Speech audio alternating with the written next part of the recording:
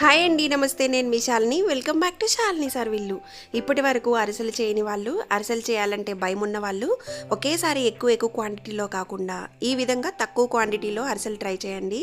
చిన్న చిన్న tips follow అవుతూ ట్రై చేశారంటే చాలా పర్ఫెక్ట్గా వస్తాయండి అరిసెలు. మా అమ్మగారు చెప్పిన ప్రతి టిప్ని మీతో షేర్ చేసుకుంటున్నాను. అరిసెలు చాలా అంటే చాలా రుచిగా వస్తాయి. తప్పకుండా ఈ టిప్స్ ఫాలో అవుతూ ట్రై చేయండి. ఈ పండగకి మీరు కూడా మంచి పర్ఫెక్ట్గా అరిసెలు చేసుకోవచ్చు. మరి ఇంకెందుకు ఆలస్యం, ఈ అరిసెలు ఎలా తయారు చేసుకోవాలో చూసేద్దామా. అరిసెల కోసం కుదిరితే రేషన్ బియ్యం తీసుకోండి, అరిసెలు బాగా వస్తాయి. లేదంటే మీరు రెగ్యులర్గా అన్నం వండుకునే బియ్యంతో అయినా చేసుకోవచ్చు.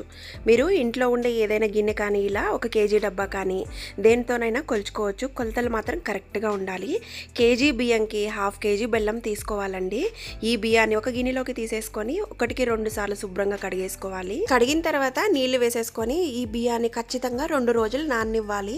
నానిన తర్వాత రోజుకు ఒక్కసారైనా బియ్యాన్ని వాష్ చేసుకుంటూ ఉండాలి, వాసన రాకుండా ఉండడానికి. ఆ తర్వాత తడి బియ్యంని మేము మరపట్టించేస్తామండి. ఈ విధంగా మెత్తగా ఆడిస్తారు. ఈ విధంగా సన్నటి పిండి జల్లెల్లో పిండిని జల్లించేసుకొని పిండిని అంతా ఒత్తి పెట్టుకోవాలన్నమాట, తడి ఆరిపోకుండా ఉండడానికి. ఈ అరిసెలు చేయడానికి మాత్రం తడి పిండే కావాలండి, డ్రై అవ్వకూడదు పిండి మాత్రం. ఈ విధంగా కాటన్ క్లాత్ని కప్పు ఉంచుతున్నాను, తడి ఆరిపోకుండా ఉండడానికి అనమాట. సంక్రాంతికి అరిసెల బెల్లం అని దొరుకుతుంది, మీకు కుదిరితే ఆ బెల్లంతో చేసుకోండి. లేకపోతే బకెట్ బెల్లంతో కూడా బాగా వస్తాయి అన్నమాట. ఈ విధంగా బెల్లం పొడి చేసేసుకున్న తర్వాత ఒక పాత్రలోకి ఈ బెల్లం అంతా వేసేసుకొని 300 ml వాటర్ యాడ్ చేసి బెల్లం కరిగించుకున్నాక వడకట్టేసుకొని ఆ తర్వాత ఇదే గిన్నెలోకి పాకంని రెడీ చేసేసుకుందాం. పాకం రెడీ అయిందా లేదా చూద్దాము. ఒక ప్లేట్లో నీళ్లు వేసుకొని అందులో పాకం వేస్తే కనుక పాకం కుదురుకోవాలండి, కొంచెం ముద్దగా రావాలి. అలా అయితేనే పాకం రెడీ అయినట్టు.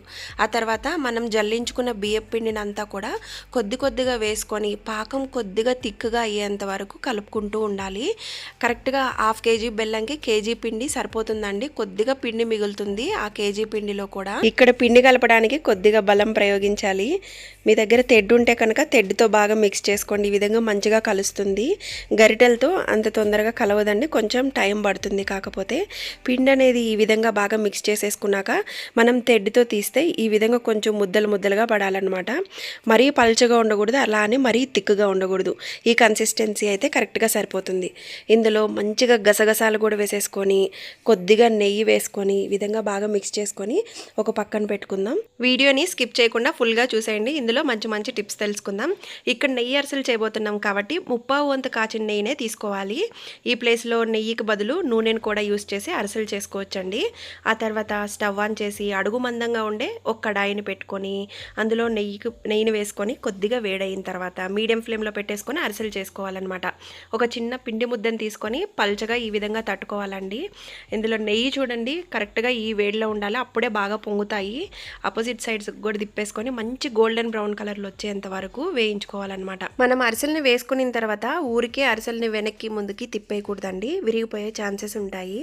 ఇటువంటి అరిసె చెక్కల్ని ఎప్పుడైనా చూసారా ఫ్రెండ్స్, ఈ విధంగా హోల్స్గా ఉంటుంది. అరిసెలను ఒత్తుకున్నప్పుడు ఆయిల్ అంతా కూడా కిందికి దిగుతుంది, ఏమీ ఆయిల్ మిగలకుండా. ఇటువంటి అరిసె చెక్కలు లేనప్పుడు స్టీల్ డబ్బా ఉంటుంది కదండి, దాన్ని బాల్ ఇచ్చేసి దానిపైన అరిసెను వేసి మూతతో కానీ ప్రెస్ చేస్తే ఆయిల్ అంతా దిగిపోతుంది అనమాట. ఈ విధంగా రెడీ చేసేసుకొని చల్లారి పెట్టుకోవాలి. ఇక్కడ ఒక చిన్న జాగ్రత్త పాటిస్తే అరిసెలు విరగవు, గట్టిగా కూడా రావండి.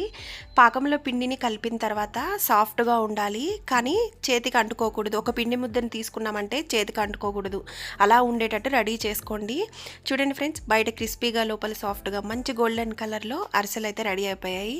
ఈ అరిసెల్ని చూస్తే సంక్రాంతిని ఫీల్ అవుతున్నానండి. ఒకటి తింటే చాలు పండుగ మొదలైనట్టు అనిపిస్తుంది. ఇలా ఇంట్లో చేసిన అరిసెలు షాప్లో దొరికే వాటికన్నా చాలా స్పెషల్. ఈ సంక్రాంతికి మీ ఇంట్లో కూడా ఇలానే అరిసెలు చేసుంటే కామెంట్లో చెప్పండి. వీడియో నచ్చితే లైక్ చేయండి, షేర్ చేయండి. మన ఛానల్ని కొత్తగా చూస్తున్న వాళ్ళు సబ్స్క్రైబ్ చేయండి.